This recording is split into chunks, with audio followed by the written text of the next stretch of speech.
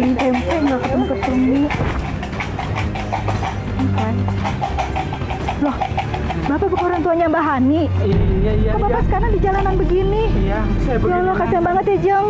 Ya beginilah Bu, saya nggak diurus sama anak-anak. Mereka masing-masing dengan urusannya. Ya Allah, tega banget Mbak Hani, Pak. Yang sabar ya, Pak ya. Iya, makasih. Maaf ya. Pak, ini ada sedikit ya. Terima ya, Pak ya. Iya. Iya, makasih banyak Ibu. Ya Allah, baik sekali Iya, Ibu. Pak. Makasih. Allahu Akbar. Kasihan ya si Bapak, Pak.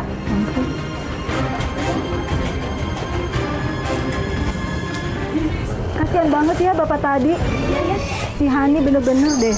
Kah dengan dia, tahu nggak? Habis belanja. Itu ngomongnya jangan nuduh sembarangan, Mbak. Mbak, kalian butuh uang kan? Kalian butuh uang kan? Nih, saya Astagfirullahaladzim. kenapa dia belanja?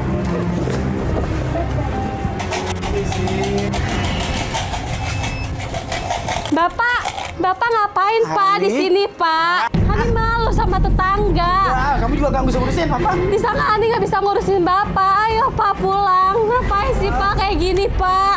Ayo Pak pulang. Bapak jangan kayak gitu lagi. Hani malu. Hani bisa kan ngurus Bapak? Ayo Pak. Dan bercerita sama orang-orang, sama tetangga, sama adik-adiknya, sama keluarga juga. Kalau dia nggak diurusin sama anak dan istrinya, Masya Allah. itu yang bikin sakit saya. Pak Ustadz, ada masalah baru lagi yang menganjal di hati Ibu Ani dan keluarganya ya Pak Iya, Ustadz. iya, iya. Ya, bisa dikatakan ini fitnah kepada keluarganya Pak Ustadz. Ini aib memang. Iya. Dia sudah, mohon maaf tadi berdasarkan ceritanya, menyia-nyiakan keluarganya atau minimal mendolimi, menyakitin. Kemudian sebenarnya diingatkan oleh Allah dengan diturunkan katarak, ya kan? Kemudian sekarang melakukan kejahatan, kemaksiatan lah itu, kesalahan lagi. Dia ngemis di jalanan, subhanallah. Pemirsa, tidak ada kemuliaan di jalanan. Bahkan Rasul mengatakan yadul ulya khairun min yadis sufla. Tangan di atas lebih baik daripada di bawah. Ini menunjukkan nggak boleh loh orang ngemis itu nggak boleh. Bahkan Rasulullah mengancam orang yang suka minta-minta nanti di akhirat itu mukanya itu akan bopeng, akan cacat. Itu akan menunjukkan betapa malunya. Karena apa? Dia nggak yakin sama Allah. Rezeki itu yang nanggung Allah. Kenapa kita harus minta-minta? Apalagi anak dan istrinya masih mau menanggung. Kan begitu ini persoalannya. Nah, yang kedua lagi memfitnah. Ini kan persoalan kedua. Sudah dia minta-minta, dia bercerita ke orang, anak dan istrinya tidak mau mengurusin. Seyuknya dikoreksi. Kenapa kira-kira kok sampai terjadi itu? Ini namanya check and recheck. In ja'akum fasiqum binaba'in fatabayyanu. Kalau ada kabar, dia ngaku nih, saya nggak diurusin, dicek bener nggak sih? Iya. Ternyata anak dan istrinya nggak begitu kok. Nah ini perlu diluruskan Mas Farid. Ya. Bu Hani, sampai saat ini Bapak, mohon maaf, masih mengemis? Sampai saat ini juga Bapak masih ngemis. Sampai saya samperin kan ke tempat Bapak ngemis, saya ajak pulang, saya ngomong baik-baik, tapi tetap tanggapannya seperti itu. Dan besoknya saya habis ngomong seperti itu sama Bapak, besoknya Bapak kabur. Sampai dalam 2 bulan mungkin lamanya. Saya cari kemana, tetap nggak ketemu. Sampai akhirnya saya dapat kabar dari kampung bahwa Bapak katanya ada di tempat adiknya. Terus saya pulang, saya samperin. Yang ada, saya malah disalahin sama semuanya, sama adik-adiknya. Bahwa saya nggak ngurusin orang tua. Assalamualaikum. Mbak Tina, buka Mbak pintunya. Waalaikumsalam. Hani, ngapain kamu kesini? Ada Bapak Mbak di sini. Gak ada, bapakmu gak ada di sini. Bapak mana Mbak? Gak ada, Bapak bapakmu gak mana? ada.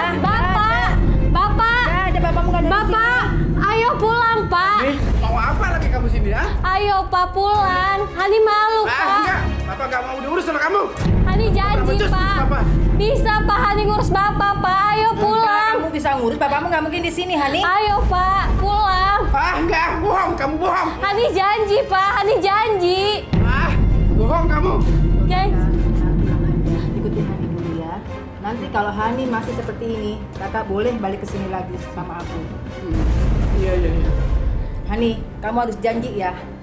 Kamu tidak boleh ngelantarin bapakmu seperti ini lagi. Aku janji Janji Mbak. ya, awas kamu ya. Janji Ya Mbak. udah, hati-hati. Makasih banyak ya Iya. Mbak Tina. Hati-hati ya. Makasih ya Mbak. Ya, hati-hati Kak. Seorang anak pengen membuktikan sayang dan bakti kepada orang tua. Dicari 2 bulan. Toh ini buktinya sayang apa? Datang. Masih mau Iya. datang. Nah, keluarga itu jangan langsung menghukumin dulu. Kenapa Anda nggak mau ngopenin orang tua? Iya. Kenapa nggak mau merawat? Ditanya dulu, kenapa kasusnya? Mm-mm. Ada apa ini? Nanti enak. Iya. Jadi kalau berbicara dengan cara yang baik itu akan enak kok. Ini pelajaran kita ini. Kan anak banyak. Saya kira semuanya pengen menunjukkan bakti kepada orang tua. Nah, tapi ternyata keluarganya tidak demikian. Ini adalah sebuah ujian bagi Ibu Hani ini. Iya. Ujian berat memang. Sudah pengen membuktikan, disamperin jangan ngemis lagi, masih ngemis. Tapi keluarganya masih. Ini karena masih ikut campur. Ya, nanti. Tapi alhamdulillah lah. Ini mau datengin, Iya. mau dibawa lagi, ingin membuktikan. Iya. Dan yang paling penting, pemirsa, kalau ada orang berusaha mendolimi kita, menyakitin kita, jangan kita langsung lawan dulu. Iya. Sikaplah dengan arif dan bijak. Itulah yang dicontohkan oleh baginda Rasulullah SAW. Bagaimana beliau disakitin, dilemparin batu, giginya patah, bibirnya berdarah.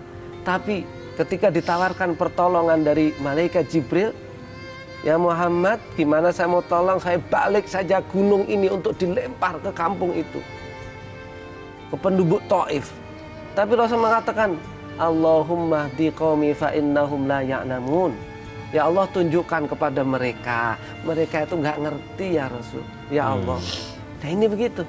Kalau kita disakitin orang, memang boleh membalas. Tapi kan kita pengen yang lebih baik. Ya Bu ya. Pengennya lebih baik. Kita lebih derajatnya di atas sedikit. Dibalaslah kebaikan. Keburukan kalau dibalas dengan kebaikan akan meningkatkan derajat. Itu Mas Farid. Bu Hani, kemudian Bu Hani berhasil bisa bawa pulang lagi Bapak ke rumah. Saya berhasil bawa pulang Bapak. Dalam seminggu, Bapak kabur lagi. Dan saya dapat kabar, Bapak ada di Tangerang, di tempat adiknya.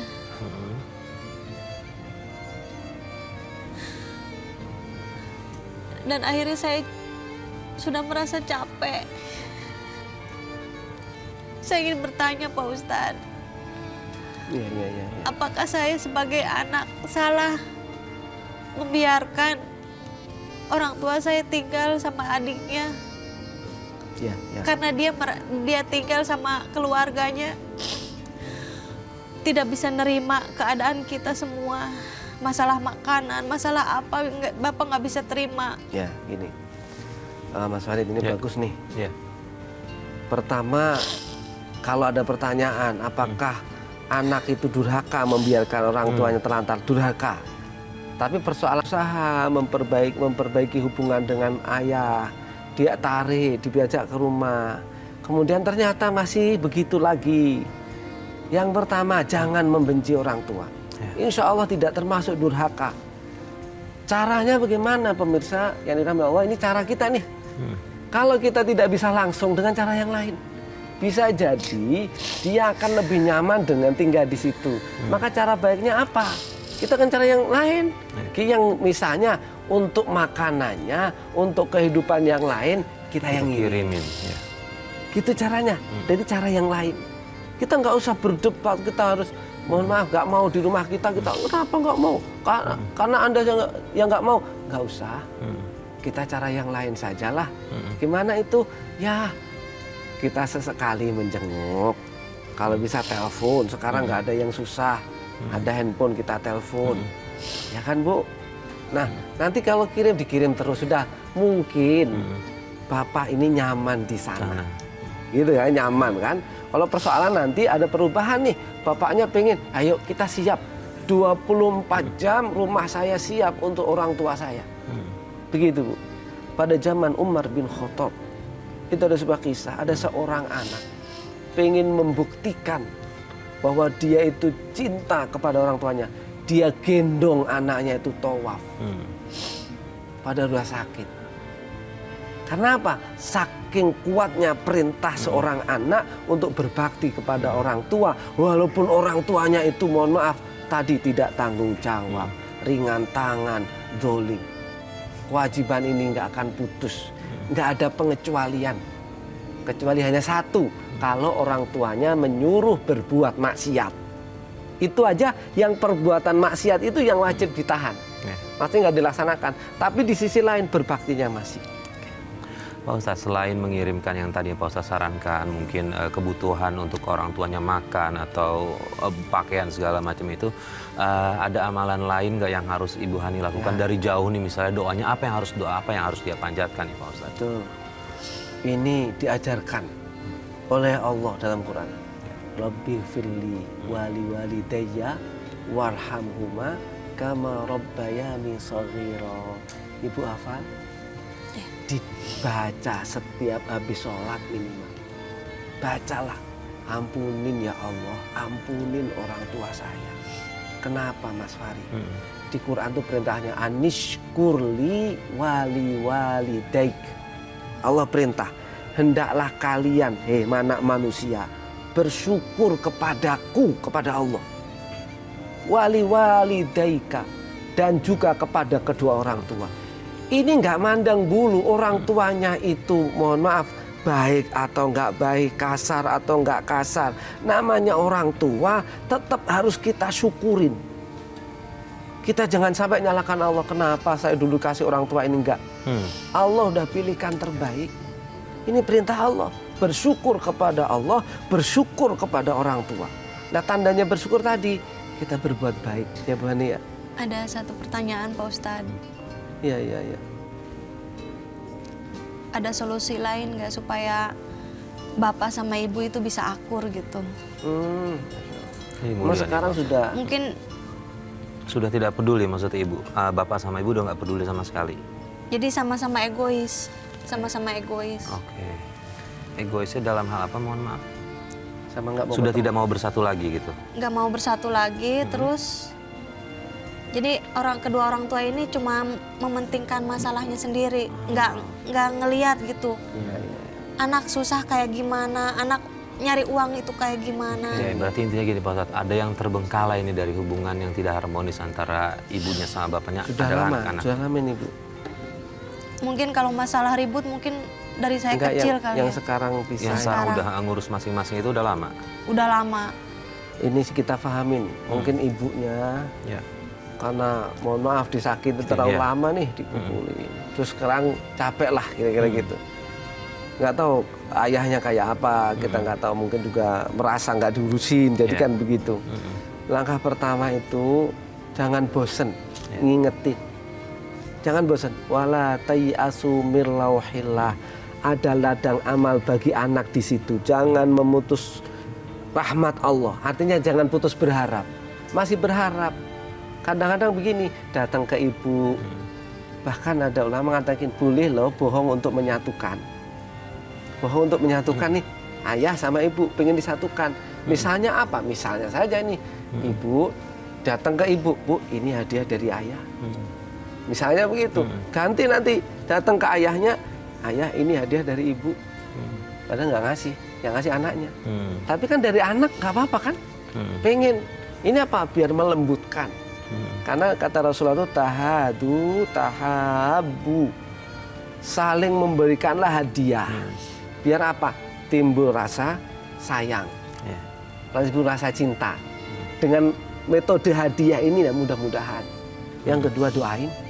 Ya Allah, satukanlah hati orang tua saya ya Allah, ayah saya, ibu saya pengen bersatu. Masih ada kesempatan. Iya. Gitu.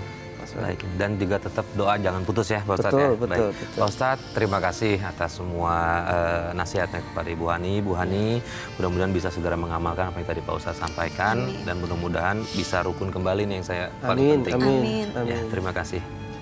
Dan pemirsa, akhirnya sampai di sini Tawakal. Mudah-mudahan kisah apa yang dialami dari Ibu Hani ini bisa menjadi pelajaran buat kita. Satu hal yang paling penting adalah jangan pernah membenci orang tua meskipun orang tua itu perilakunya buruk kepada kita. Doakan, itu yang paling penting. Saya Farid Hasan undur diri. Wabillahi taufiq wal hidayah. Wassalamualaikum warahmatullahi wabarakatuh.